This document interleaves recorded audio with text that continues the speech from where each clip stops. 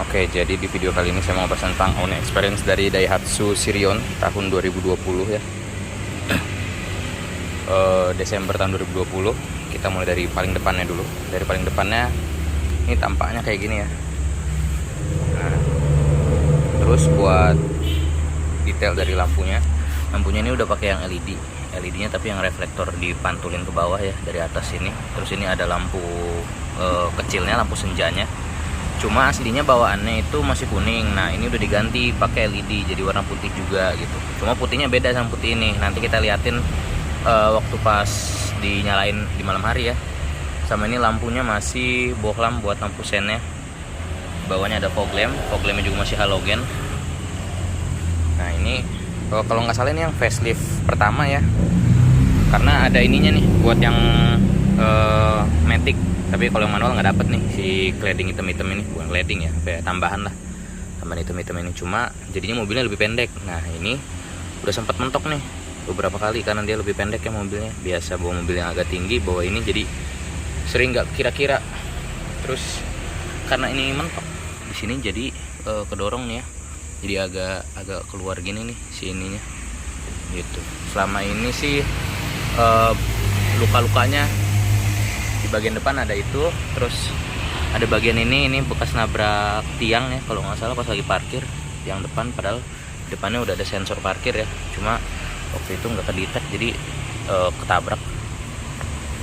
Terus bagian sini masih bersih, cuma di sini aja nih ada yang dikit nih, ada kayak dent gitu ya gitu. Terus kita bagian sampingnya kayak gini.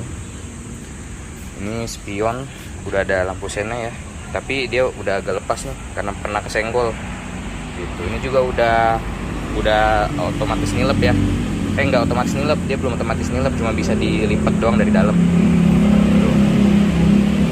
Kuncinya udah kilas pakai tombol gini, cuma minusnya dia ini belum central lock ya, jadi kalau dibuka yang bukanya ini doang, yang lainnya nggak ngebuka, harus manual.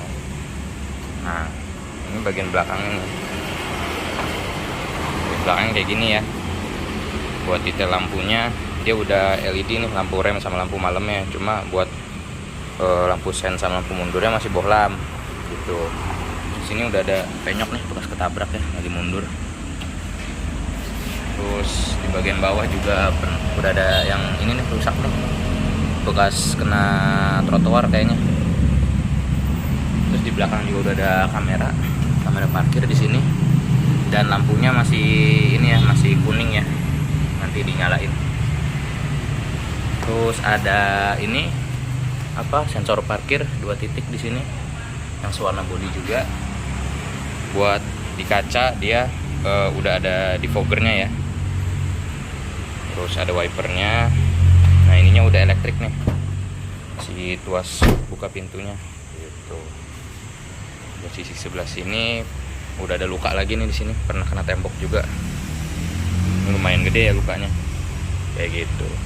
Nah sini buat isi bensinnya, ini tampang dari sampingnya, samping belakang. Sekarang kita ke bagian dalam. Masuk ini yang tadi tak bilang ya, dia tuh nggak central lock. Nah jadi yang bisa ngebuka tuh ininya aja nih, sininya masih belum.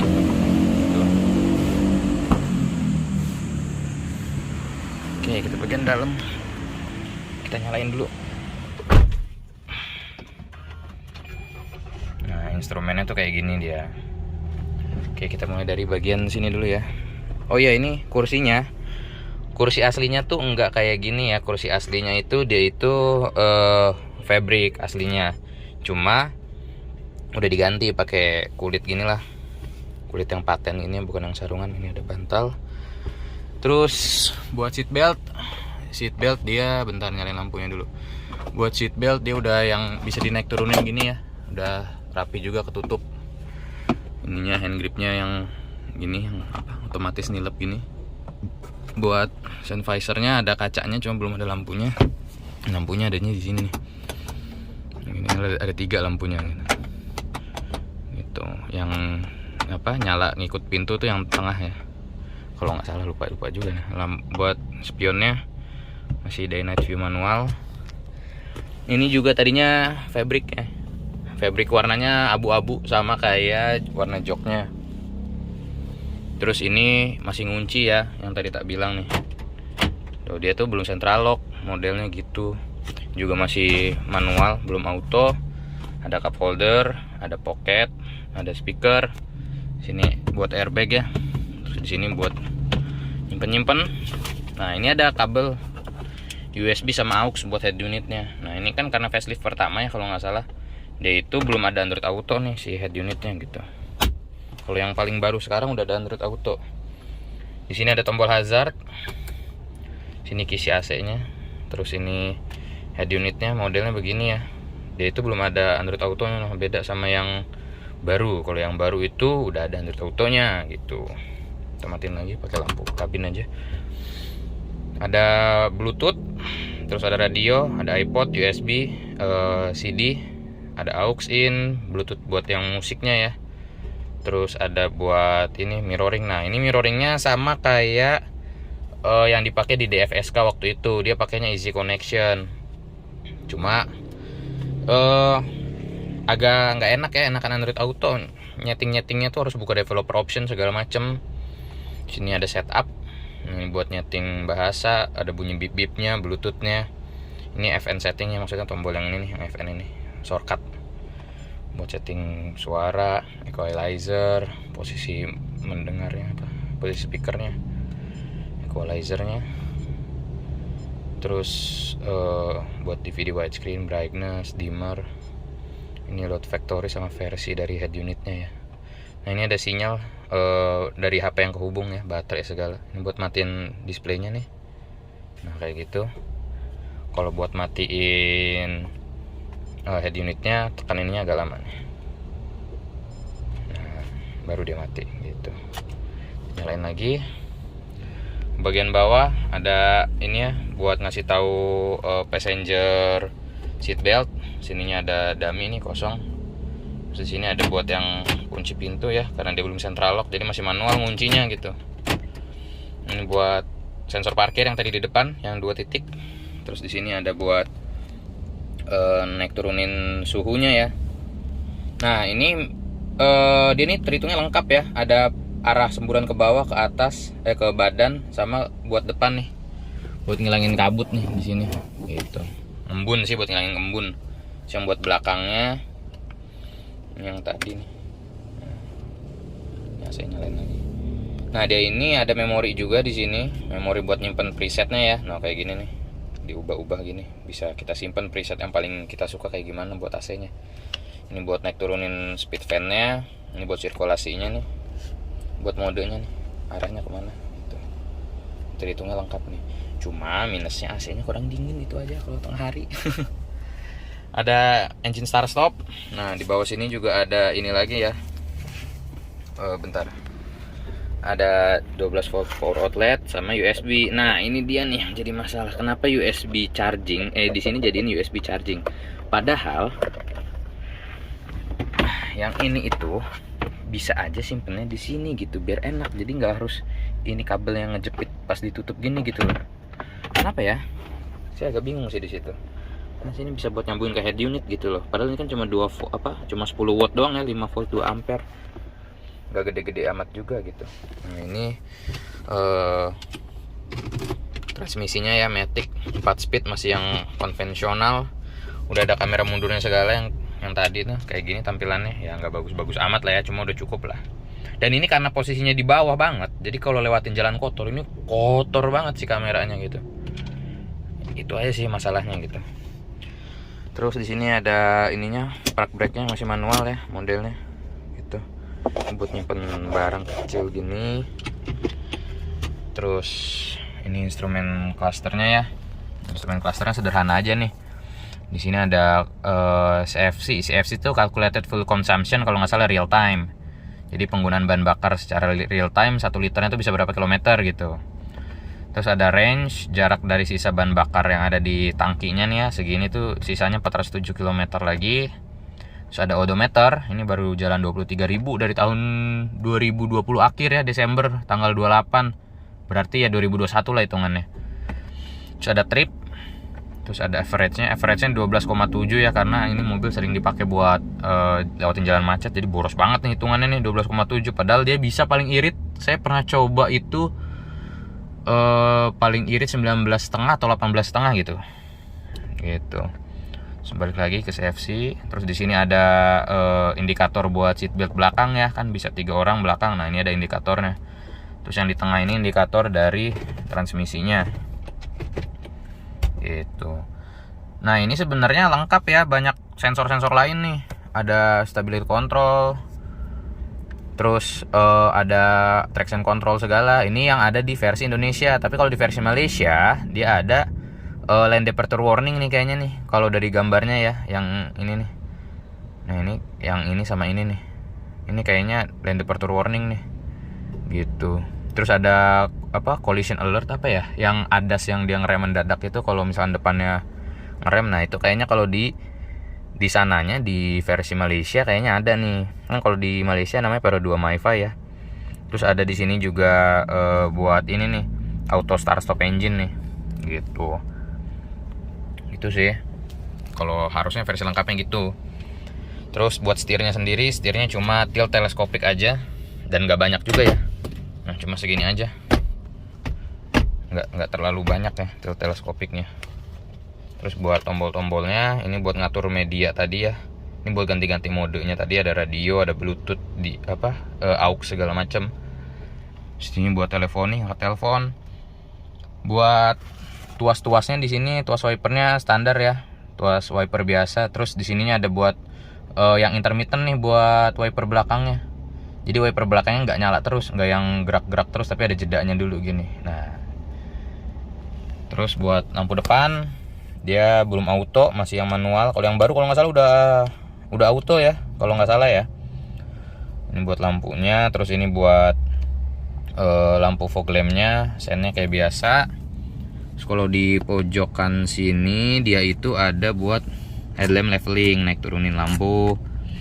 Nama ini nih traction control. Kalau ditahan dia matiin traction control, kalau ditahan lebih lama lagi dia matiin stability control, atau kebalik ya pokoknya gitulah.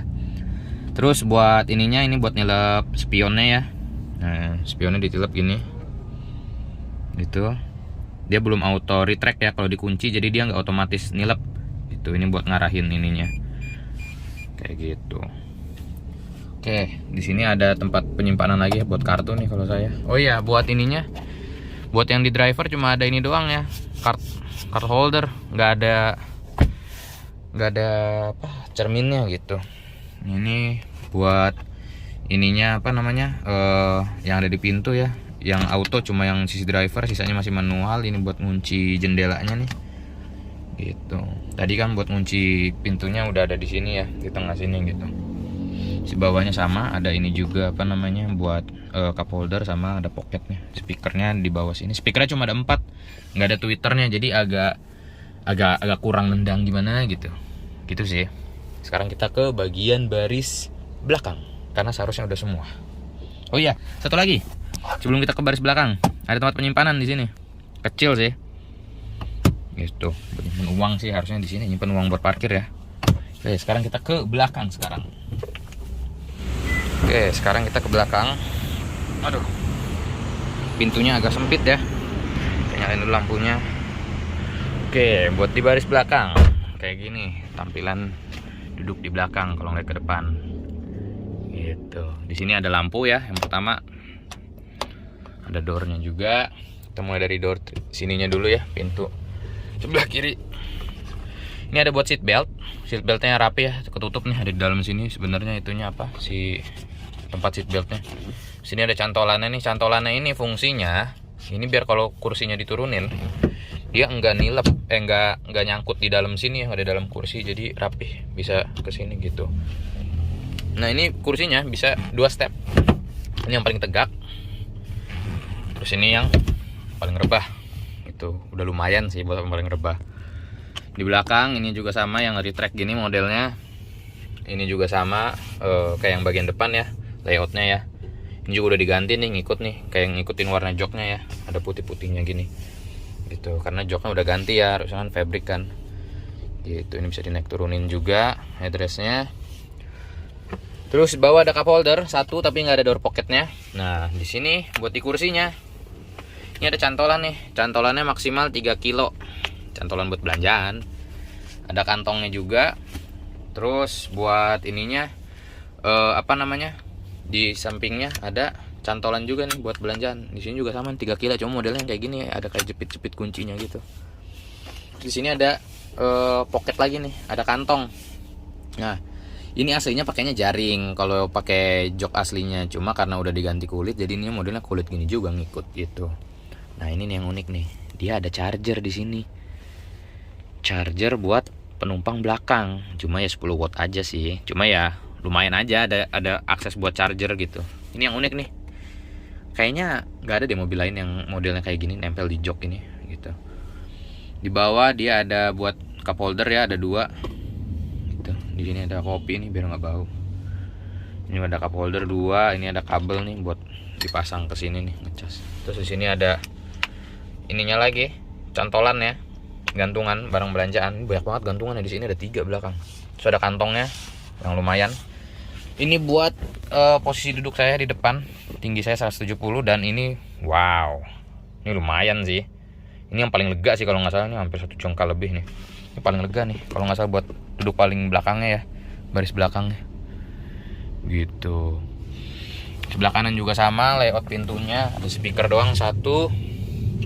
Terus di sini ada seat belt buat penumpang baris ketiga. Ini modelnya bisa rapih gini ya sebenarnya, cuma ini kok nggak rapih. Ya udahlah, pokoknya dia rapih aja. Ini nyambung ke kursi yang sini nih. Nah ini yang buat seat belt yang tengah ya, kan 3 titik nih, nanti pertama ke sini, yang kedua baru ke sininya gitu. Dan ini udah isofix juga ya kursinya, cuma ini saya lupa waktu masang kursi kulitnya, isofixnya lupa nggak dibolongin. Jadi kalau nyimpan kursi bayi ya udah simpen sini, terus pakai seat belt di yang apa, stekin ke sini gitu. Di belakangnya ada ini ya, parcel buat nutupin dari apa, orang yang mau ngambil barang. Kalau misalkan ngintip barang, mau mecahin kaca, nggak bisa ngakses bagasi karena ketutupan sama ini nih gitu. Terus kita sekarang ke bagasinya. Buat bagasinya emang gak gede-gede amat sih ya, kalau buat saya sih. Bagasinya kita udah dapat net nih dari bawaannya. Terus ini ada kunci-kuncinya buat ban. Ini ada kayak gini nih, ada kit-kit segala macam buat bersih-bersih. Ini sapu bawaan. Terus ban serepnya ada di bawah sini. Ban serepnya full size.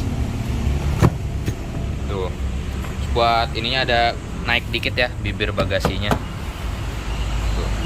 Terus di bagian bawah knalpotnya ada di bagian sini ya, bagian kanan. Kecil knalpotnya.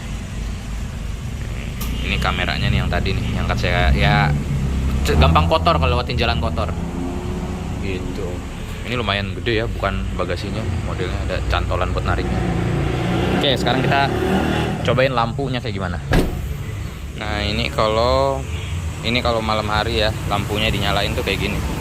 Ini yang tadi tak bilang lampu aslinya kuning, cuma udah diganti putih. Nah ini yang lampu utama sama lampu jauhnya di dalam ya, bagian sini nyorotnya. Ini warnanya beda nih, putih ini sama putih ini, karena ini kan aftermarket ya, bukan bawaan. Kalau ini agak lebih kusam ya. Sininya masih bohlam kayak gini. Ini fog lampnya gini nyalanya ya, masih halogen, masih kuning. Nah ini tampilan dari depan kalau malam. Buat dari samping, ini spionnya udah LED ya nyalanya, lampu sen yang di spion.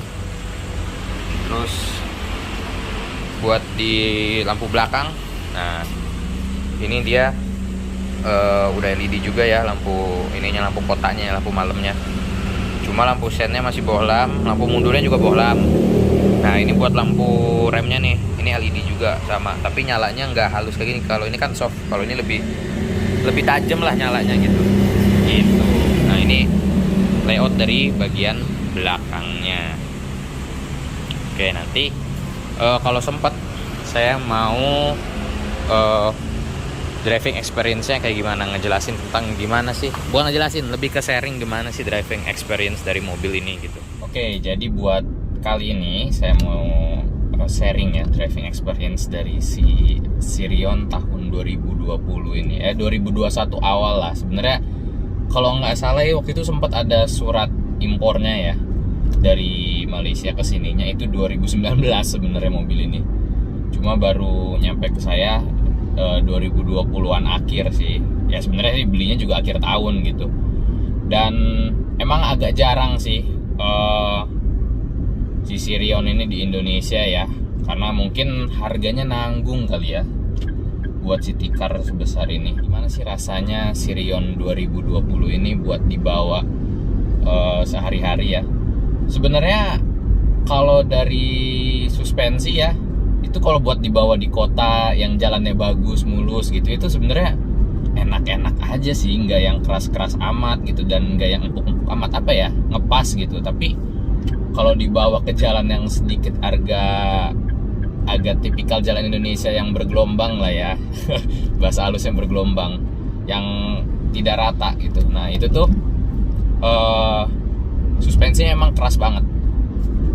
Dia kalau ketemu lubang tuh langsung ngerasa jeduk gitu. Mungkin karena profil bannya juga tipis ya. Dia itu nggak terlalu tebal juga profil bannya itu, daging bannya itu, jadi kerasa langsung masuk gitu ke dalam kabin gitu ya. Apa namanya, jalan yang rusak itu kerasa gitu. Nah terus kalau buat di tol, peredamannya agak kurang sih, jujur aja. Kalau jalan jauh gitu ya, lewat tol gitu, peredamannya agak kurang nih, kayak gini speed bump. Nah tuh suspensinya itu kerasa apa ya, keras enggak terlalu, tapi empuk juga enggak, lebih ke arah mendekati keras sih gitu. Misalkan ada 3 nih ya, ini empuk, ini normal, ini keras gitu. Nah dia itu di antara normal dan keras ini gitu, nggak yang empuk jadi arahnya, tapi nah kan kayak gitu rasanya kalau lewat speed bump. Balik lagi ke masalah peredamannya ini jujur aja nggak bagus buat yang kolong, karena yang kolong itu kerasa banget, berisik dari suara ban itu kerasa ya, kayak suara road noise, aspal segala macem itu kerasa banget. Apalagi kalau di tol di bawah 80 ke atas itu ya road noise-nya kerasa banget sih masuk. Mungkin bisa diatasin dengan nambah peredam bagian bawah, atau ya ganti ban ke yang lebih comfort. Ini kan bannya ban eco-ecoan ya, jadi nggak terlalu senyap juga suaranya kan. Kalau ban yang comfort itu agak senyap ya suaranya, nggak begitu masuk suara dari jalanan gitu, dari road noise-nya gitu sih kalau dari peredaman. Cuma kalau dari sisi peredaman yang ada di pinggir, apa kayak di kaca, terus ada di pintu, itu ya itu juga nggak bagus-bagus amat sih. Cuma ya cukup aja gitu kalau buat saya pribadi. Konsumsi bahan bakar sebenarnya dalam kota tuh bisa 14, cuma paling boros-borosnya 12 lah, itu kalau kena macet yang bener-bener macet banget gitu. Terus kalau buat jarak jauh di tol ya, saya pernah paling irit dapat 19,5 sih jujur aja. Itu mungkin karena dari Bandung yang tolnya relatif turun ya, dari arah Bandung ke arah Jakarta gitu, itu kan tolnya relatif turun tuh. Jadi nggak terlalu banyak kita ngegas gitu kan, lebih banyak manfaatin momentum aja pas turun gitu. Nah itu dapat 19,5-an lah gitu, mungkin 18,5-an lah kalau di tol, kalau yang nyantai gitu ya, normal gitu sih. Kalau buat masalah masalah dari konsumsi bahan bakarnya. Sama bagian AC, jujur aja bagian AC itu yang buat saya jadi problem ya. Saya kan orangnya gampang keringetan nih, AC-nya itu kurang dingin. Jujur aja AC-nya kurang dingin gitu, apalagi tengah hari terik gitu kayak sekarang gitu ya. Itu yang harus yang max cool, terus fan-nya tuh harus nomor 2 atau nomor 3 kalau buat saya ya. Dan saya kan orangnya selalu ngarahin ke kaki juga tuh si AC-nya. Jadi AC yang bagian tengah itu suka kepotong kan saluran AC-nya, ada yang ke badan, ada yang ke kaki gitu, kebagi 2 gitu. Kalau yang arahin ke kakinya dinyalain gitu.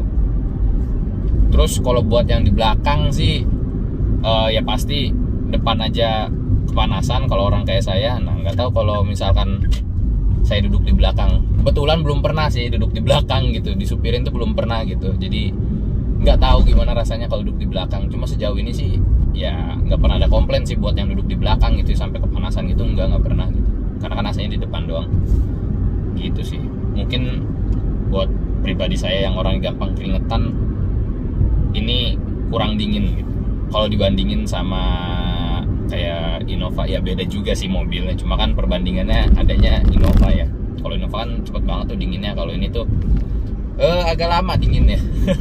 Harus udah jalan agak lama dulu baru kerasa itu dingin gitu, kalau enggak ya nggak kerasa gitu. Terus di handling, nah di handling itu, handling pengendaraannya ya, rasa berkendaranya tuh enak sebenarnya. Setirnya itu direct, kerasa banget gitu. Mau ke kanan tuh langsung ke kanan, kalau mau ke kiri ya udah langsung ke kiri gitu. Ini juga mungkin karena dia udah pakai stabilizer ya di bagian belakang itu, kalau nggak salah ada stabilizernya di bagian belakang. Cuma di balik handlingnya yang enak itu ada suspensi yang emang agak keras tadi itu sih. Makanya tiap kali lewatin speed bump, apalagi speed bumpnya yang agak kurang manusiawi ya, yang tebel gitu, itu kerasa gitu. Tapi ya kan nggak semua speed bump kayak gitu kan. Kalau speed bump yang di tol sih nggak begitu masuk ke dalam gitu. Cuma kalau speed bump yang di daerah kota-kota kayak gini kan kerasa banget tuh ininya, apa namanya, tinggi sih speed bumpnya kan. Nggak tahu ya kenapa ya, kalau di kota tuh suka ada speed bump yang tinggi-tinggi gitu. Saya juga suka heran gitu, kenapa tinggi speed bumpnya nggak kayak yang di jalan tol gitu. Mungkin ada standarnya, cuma perasaan dulu nggak setinggi gitu, jadi nggak begitu berasa ke dalam itu. Kalau sekarang tuh speed bump tuh, polisi tidur tuh yang strip putih itu kerasa banget gitu loh, nyelekit gitu ke badan. Kerasa sampai ke badan gitu sih. Oh ya, sama ininya, kursinya dia kan udah bisa dinaik turunin ya, jadi buat visibilitas secara menyeluruh, ngelihat ke luar, terus ngelihat ke ke samping, ke belakang, itu cukup sih kalau buat saya. Oh cuma satu nih, pilar ininya ya, pilar A nya nih, pilar yang depan sini ini terlalu tebel sih. Cuma nggak apa-apa lah, masih wajar sih, masih normal buat saya, nggak ngeganggu begitu banget. Karena kan saya juga duduknya agak ke belakang ya, nggak yang terlalu depan banget gitu kalau buat visibilitas. Oh ya, sama dia ini kalau misalkan dibawa dengan 4 orang gitu ya, bawa 4 orang, terus barang-barang juga banyak di bagasi, itu si suspensinya itu jadi lebih lebih enak rasanya. Nggak tahu kenapa dia jadi lebih empuk. Mungkin ini mobil didesain buat ngangkut banyak orang kali ya. Makanya kalau misalkan 4 orang nih keisi full, 4 atau 5 lah gitu kan. Terus bagasinya itu diisi barang juga. Jadi kan mobilnya berat tuh. Nah, dia itu suspensinya baru tuh kerasa enak di situ. Gitu. Cuma ya belum pernah sih nyampe mentok gitu ya, kebetulan. Tapi di situ lebih enak suspensinya gitu. Nggak sekeras kalau dibawa sendirian kayak gini. Cuma kan balik lagi, ini kan city car ya. Buat dibawa komuter berangkat dari rumah ke kantor, dari kantor ke rumah gitu kan. Dia ini ya lebih banyak dipakai buat sendiri gitu ketimbang bawa banyak orang gitu. Jadi mungkin kalau lebih empuk enak gitu ya. Cuma ya itu kelebihannya suspensi keras, kalau diisi banyak orang, mobil ini nggak terlalu keras kalau kayak dibawa sendiri gitu sih. Ngebahas terkait sama sensor-sensor yang ada di ini ya, instrumen clusternya kan ada yang kayak sensor yang lane departure warning, sama yang emergency braking assist yang ngerem sendiri itu kalau depannya ngerem mendadak gitu, sama start stop. Itu sayang sih nggak dimasukin ke Indonesia gitu. Dan sebenarnya saya sempat nanya gitu ya ke salah satu service advisor di Daihatsu-nya. Saya sempat nanya kalau misalkan saya beli sendiri si sensornya itu terus pasang di Sirion ini, itu bisa atau enggak gitu. Nah katanya sih nggak bisa, karena varian MiFi yang di sana, Pero 2 MiFi yang di Malaysia, itu dia itu mesinnya yang ada sensor-sensor itu dia 1.500, sedangkan kalau yang dijual di Indonesia 1.300. Jadi takutnya malah nggak nyambung sama si ECU-nya gitu. Cuma ya saya juga kurang tahu ya, kurang paham ya masalah kayak gitu. Makanya nggak jadi buat masang sendiri. Sebenarnya udah kepikiran sih, karena di bagian plafon atas ini nih ya, yang dekat di belakang sama si spion tengah ini, dia itu ada tempat lubang buat kabelnya sih sebenarnya, udah disiapin gitu. buat nyimpen si kotak sensornya itu, sensor cahaya sensor kameranya gitu. Makanya saya sempat kepikiran buat apa saya pasang sendiri aja gitu, beli sendiri. Cuma saya kan nanya dulu kan ke bagian yang service advisor, katanya kemungkinannya nggak bisa karena beda ukuran cc-nya gitu kan, karena kan MiFi yang di sana, periode MiFi yang di sana yang ada sensornya, yang ada ADAS-nya itu dia pakainya 1500 cc, sedangkan ini cuma 1300 cc aja gitu. Sebenarnya amat disayangkan sih ya kalau buat saya pribadi, kenapa nggak dimasukin aja gitu di yang versi 1300 cc si sensornya itu. Mungkin harus ada setting coding ulang atau segala macam. Cuma mungkin Daihatsu mikirnya gini, kalau misalnya itu dimasukin kayaknya harganya bakalan terlalu tinggi gitu buat si Sirion ini gitu. Buat masalah di mobil ini itu sebenarnya nggak banyak. Itu cuma ada 2 sih yang pernah saya notice ya. Yang pertama itu di bagian head unit ini, di belakang head unit nih, di bagian belakang dari head unitnya, yang pokoknya dalam dari head unitnya itu, dalam dashboardnya itu dia ada kayak suara apa ya, kayak suara fan yang kencang banget gitu. Cuma nanti hilang lagi, terus nanti ada lagi nggak lama. Nah itu tuh sempat keluar waktu kilometernya udah 10 ribuan lah, tapi nggak lama itu tuh hilang gitu. Sampai sekarang bahkan nggak pernah kedengeran lagi gitu. Itu pun sempat dicek ke Daihatsu-nya dan katanya nggak ada masalah apa-apa gitu kan gitu. Terus sama di kaca. Nah kaca ini pernah dibuka setengah, bukan pernah sih, kadang suka tak buka gitu kan, setengah gitu. Nah itu kalau dibuka setengah lewat jalan yang agak jelek kayak sekarang nih, itu tadinya sempat ada suara kayak kacanya kayak kendor, kayak kurang kenceng kacanya, jadi geter gitu, tak gitu. Saya tuh bingung kok kalau dibuka kayak gitu, tapi kalau misalkan ditutup full kayak gini sih enggak bunyi kayak gitu. Nah itu pun sama, kok lama-kelamaan hilang gitu loh suaranya gitu. Entah kenapa suara gangguan itu tuh hilang gitu ketika udah beberapa waktu gitu. Padahal tadinya ada suara kayak gitu kalau pas ini lagi dibuka gitu, dibuka setengah gitu, dibuka setengah jendela aja gitu, itu pasti ada itu. Atau diturunin dikit aja pasti ada itu, tapi begitu di fullin lagi nggak ada. Nah lama-kelamaan suara itu hilang sendiri, nggak diapain. Itu aja sih, 2 itu aja masalah yang pernah muncul gitu. Dan itu masalahnya munculnya cuma di bagian driver aja, bagian yang kaca lain, jendela lain nggak ada suara-suara kayak mau lepas gitu sih. Itu juga saya kurang tahu tuh kenapa tiba-tiba hilang sendiri gitu. Dan itu pun nggak saya kasih tahu ke ini ya, ke bengkel resminya ya, waktu pas lagi servis nggak ngomong kalau tolong cekin dong kacanya, enggak. Dan itu pun hilangnya lama setelah saya servis gitu, karena setelah servis itu masih bunyi gitu, masih kayak gitu. Abis itu nggak lama tahu-tahu hilang gitu suaranya, udah nggak ada suara kayak kaca kendor lagi gitu. Makanya aneh sih mobil ini suka ada suara yang muncul dan tiba-tiba hilang lagi gitu, nggak tahu kenapa. Buat posisi duduknya itu sebenarnya udah enak sih ya. Buat dari segi kursinya itu dia udah bisa dinaik turunin si kursinya, masih manual sih, di pompa gitu. Maju mundur juga ada komplit, sama ada buat rebah tegaknya. Cuma posisi duduknya itu kurangnya di bagian setirnya sebenarnya, karena setirnya cuma tilt aja, belum ada teleskopik, dia cuma naik turunnya aja, dan itu pun nggak terlalu banyak gitu. Dan ya nggak ada teleskopik itu sih, jadi kadang kakinya nyampe tapi tangannya kejauhan, nyampe kakinya yang kejauhan, gantian gitu kan. Makanya tanggung gitu bagian situ, makanya harus ya ada pengorbanan lah gitu. Kalau nggak kaki yang lebih dekat ya setirnya yang dekat gitu. Nah itu salah satu plus minus dari posisi duduknya sih. Dan kursinya yang bisa dinaik turunin cuma yang driver aja ya, yang penumpang depan belum bisa gitu.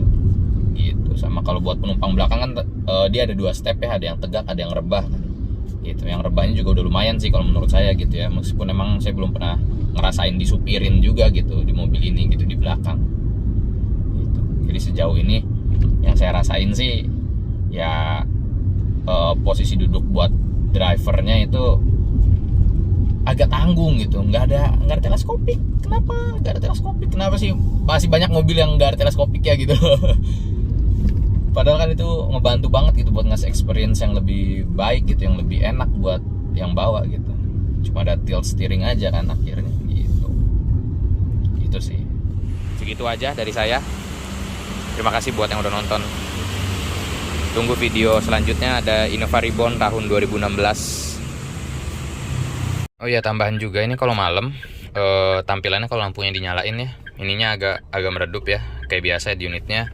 Terus yang nyala tuh tombolnya ini start stop, terus tombol dari si buka tutup kunci, tombol si rem sensor parkir depan, terus ini buat suhu AC-nya, tombol AC-nya, front defroster, rear defogger buat mode, memori 1, memori 2 buat AC, terus sirkulasi sama naik turun dari si fan AC-nya. Terus kalau bagian bawah dia nyala nih tombol-tombol dari tiap ininya ya, posisi dari tuas transmisinya. Terus apa lagi ya?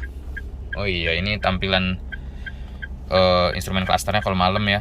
Ini kalau dimatiin sennya nah kayak gini. Ini lampu kecil, lampu fog lamp. Nggak ada fog lamp belakang. Terus bagian sini nyala juga nih, yang nyala tapi cuma headlamp levelingnya aja ya, sama si traction control sama stability controlnya. Buat bagian supir, driver, sini yang nyala cuma bagian ininya aja ya, lampu-lampu dari tombol jendela sama buat nguncinya gitu. Buat setirnya sendiri nggak ada yang nyala nih sayangnya gitu, nggak ada yang nyala tuh, dia mati semua.